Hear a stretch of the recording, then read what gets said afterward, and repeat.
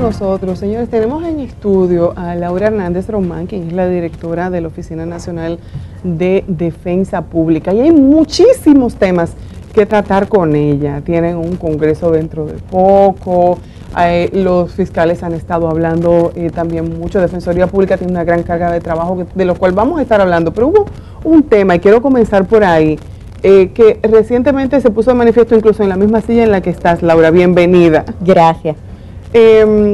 Estuvimos conversando con Jordi Veras el miércoles pasado y él hablaba respecto a la posición que ha adoptado la Defensoría Pública con relación a la defensa de las personas que estaban acusadas en su caso.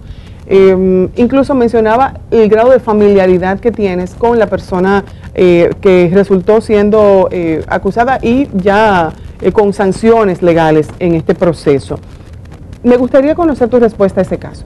Cómo no, nosotros ya lo hemos dicho en otra oportunidad. Lo primero, con lo que siempre comienzo, es que el mayor de mis respetos, tanto para don Negro Vera como para Jordi, porque es una víctima y el padre de una víctima. En este caso no hablan como abogados, sino como víctima y padre de víctima.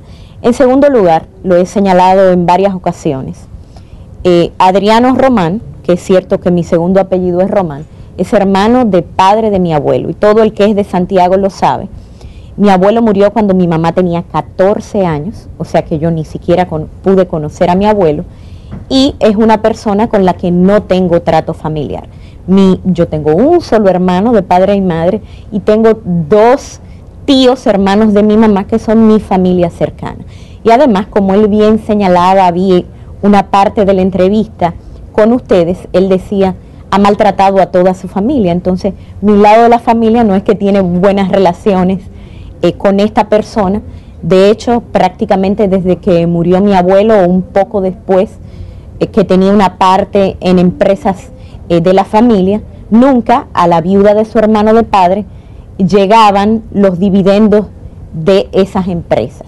Sin embargo, mal podría yo ser una servidora pública si el tribunal hace un pedido a la defensa pública y por problemas personales que yo tenga con X o Y persona, no se le asigna a un defensor público, porque siempre hemos sido abogados de esa persona a solicitud del tribunal, como consecuencia del abandono de los abogados privados o por declaratoria de abandono y no permiso del tribunal a que postularan de nuevo. Precisamente también, Laura, conversábamos fuera del aire de cuál es el rol de un defensor público. El defensor público tiene que hacer su trabajo. Por supuesto.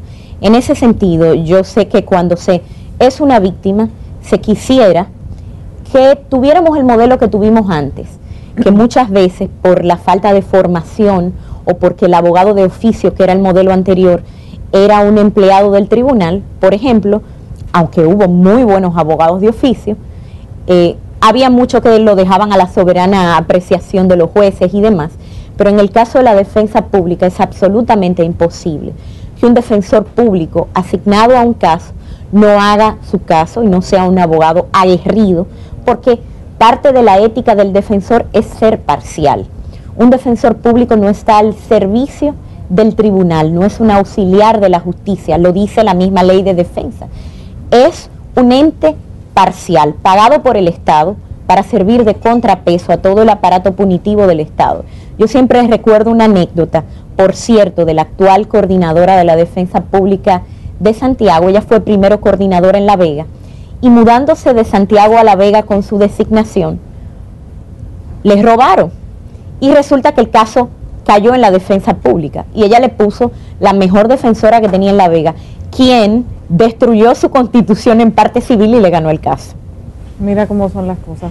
Pero sin embargo tenemos que hablar muchos temas también sobre la Oficina de Defensoría Pública, a propósito de que la OEA aprobó una resolución hacia la autonomía y fortalecimiento de la defensa pública oficial como garantía de acceso a la justicia en una sesión del 4 de junio del 2014 en Paraguay, en un momento donde desde hace un par de años la Oficina de Defensa Pública en República Dominicana pretende fortalecerse, lo ha logrado preparando excelentes abogados como parte de su equipo, pero reclamando también presupuesto. Habías estado con nosotros hace un par de meses. ¿Cómo reciben ustedes esta noticia de la Mira, OEA? lo primero es que esta resolución es fruto de un trabajo que venimos haciendo desde la Asociación Interamericana de Defensorías Públicas, que es una asociación que aglutina a las defensas públicas de América, así como a las asociaciones de defensores públicos. Y venimos haciendo un trabajo con la OEA desde hace varios años, y parte de este trabajo es presentar al Comité Jurídico de la OEA los avances, las buenas prácticas, pero también las debilidades o lo que resta por las defensorías. Y parte de lo que presentábamos y por lo que estábamos luchando por una nueva resolución en favor de las defensas es que todavía existen países, ya mucho menos, en donde la defensa pública no es autónoma, como en la República Dominicana, que gracias a Dios es autónoma, o países donde no tienen una defensa pública institucional, y esto debilita la función del sistema de administración de justicia. Pero en esta resolución hemos sido más ambiciosos. No solo ya la OEA habla de independencia en el ejercicio de sus funciones de los defensores, que en parte es como comenzamos esta entrevista. Se quisiera que los defensores no fueran independientes, y yo sé que muchas veces la víctima, desde sus zapatos, desde su posición, pues buscan esto, y la OEA está diciendo no puede haber injerencia en el ejercicio de los defensores. Ni siquiera la directora le puede decir a un defensor, mire, en este caso haga lo peor, no sea tan aguerrido. No, tienen independencia funcional. Éticamente no pueden falsear pruebas, no pueden hacer cosas que contravengan la ética. Claro. Esto es evidente, pero tienen independencia, y la OEA en esta resolución dice ningún tipo de injerencia, ni interna ni externa. Pero además hemos dado un paso. Está la invitación a los países que no tienen defensa a crear las defensas públicas. Pero ahora toca este punto de que tú hablabas.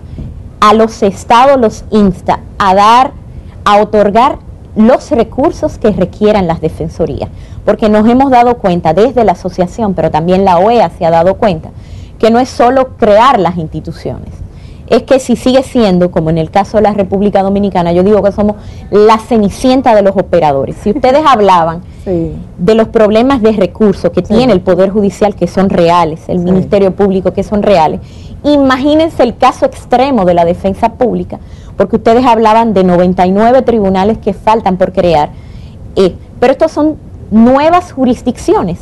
Por lo menos el Poder Judicial está en todos los departamentos judiciales y distritos que durante años tienen creado. Es que nosotros nos faltan 13 distritos judiciales donde se está brindando a través de la figura anterior del abogado de oficio, y donde tenemos quejas no solo de los usuarios, los jueces de esos lugares nos llaman.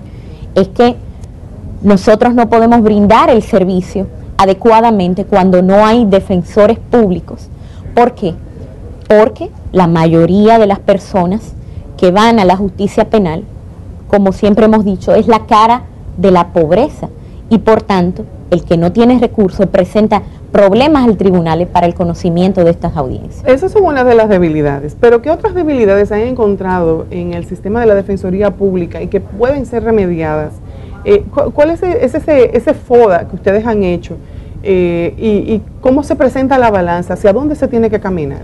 Mira, otra de las grandes debilidades, y es al poner en comparación la defensa pública de la República Dominicana con muchas otras defensorías, es el hecho de que la mayoría de las defensas públicas de América ya no solo defienden imputados, que evidentemente esto es el derecho de defensa, sino que se han ampliado a ser defensores o asistencia legal gratuita a grupos vulnerables en otras materias. Eso es parte de lo que se pretende hacer de lo que se pretende modificar en el código, entonces.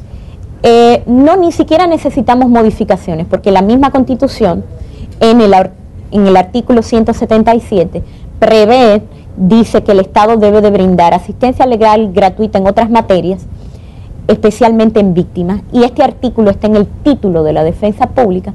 Por lo tanto, entendemos que perfectamente la defensa pública puede abarcar estas otras materias, y esto solo necesita algo: voluntad política y recursos. Es un tema de voluntad política. ¿Cuántos abogados se necesitarían adicional para poder cumplir las demandas de un sistema que definitivamente se iría entonces a favor de la Defensoría Pública? Lo que pasa es que la asistencia legal gratuita sí solo sería para personas que prueben que no tienen recursos económicos. La defensa pública es para todo aquel abierto, todo aquel que no tenga abogado por cualquier causa. La asistencia legal gratuita solo para aquellos que no tengan recursos, pero debería cubrir víctimas. Esta es una de las grandes quejas. Sí. Las personas dicen, son muy buenos, pero solo defienden a los imputados. Pero yo que soy víctima tengo que pagar a un abogado. No, es cierto, como ciudadanos y ciudadanas de la República Dominicana deberían poder tener acceso también una víctima a un defensor público. Pero también en otras materias, alguien que quiere reclamar un terreno que era de su abuelo, por ponerles un ejemplo. ¿Cómo lo hace si no tienes recursos para contratar a su abogado? Aunque hablamos de que la justicia es gratuita, no es cierto si tú no tienes recursos para asistirte de un buen abogado. Entonces, en otros países como Brasil, Argentina, Guatemala, Paraguay, Uruguay, por poner un ejemplo, la defensa pública atiende grupos vulnerables y por tanto atiende todas las materias. En principio, lo que hemos planteado y estamos planteando para el presupuesto del próximo año es comenzar como un piloto, porque no, es muy difícil abarcar un piloto en 3 provincias, provincia de Santo Domingo, Distrito Nacional y Santiago, para lo que estamos pidiendo unos 20, 25 defensores públicos. Lo que necesitamos muchos defensores públicos es en la materia penal, que apenas tenemos 135 defensores, 134 defensores de carrera y algunos más abogados de oficio. Sin embargo, nosotros nos enfrentamos contra 700 y pico de fiscales.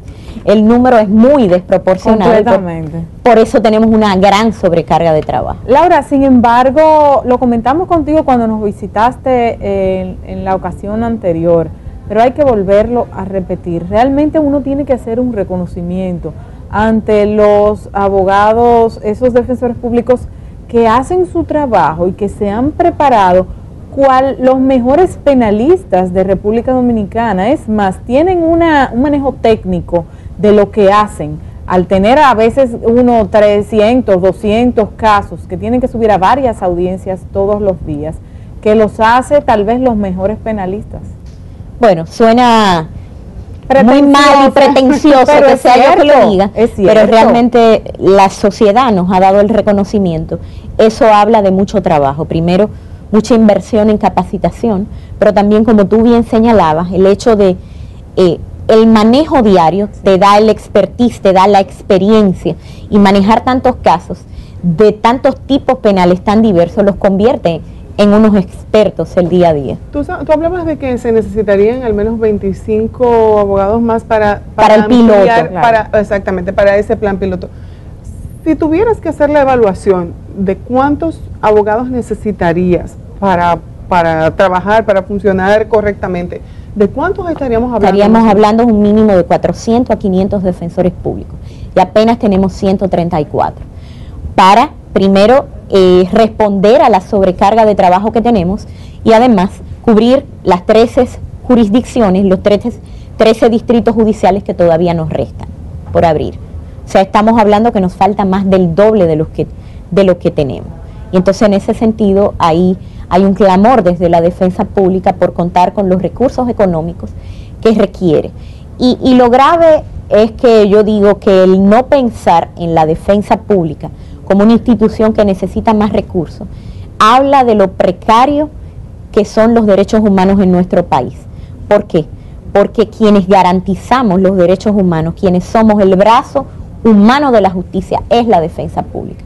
Así como las personas necesitan tener acceso a educación pública de calidad, necesitan tener buenos hospitales públicos a los que acceder. Luego de un problema, yo digo, la vida humana es el bien más preciado con que tiene un ser humano, pero nosotros trabajamos con el segundo bien jurídico más importante, que es la libertad. Luego de la vida, la libertad. Y con eso es que estamos jugando como país. La falta de recursos suficientes para tener el personal suficiente, estamos jugando con ese bien jurídico. Le estamos diciendo a la población que no le estamos dando un servicio que como país deberíamos garantizar. El 24 y el 25 de junio hay un congreso de la Asociación Interamericana de Defensorías Públicas que se llama Constitución, Garantismo, Acceso y Derechos Humanos. Debemos hacer una pausa, pero al retornar vamos a hablar sobre el congreso.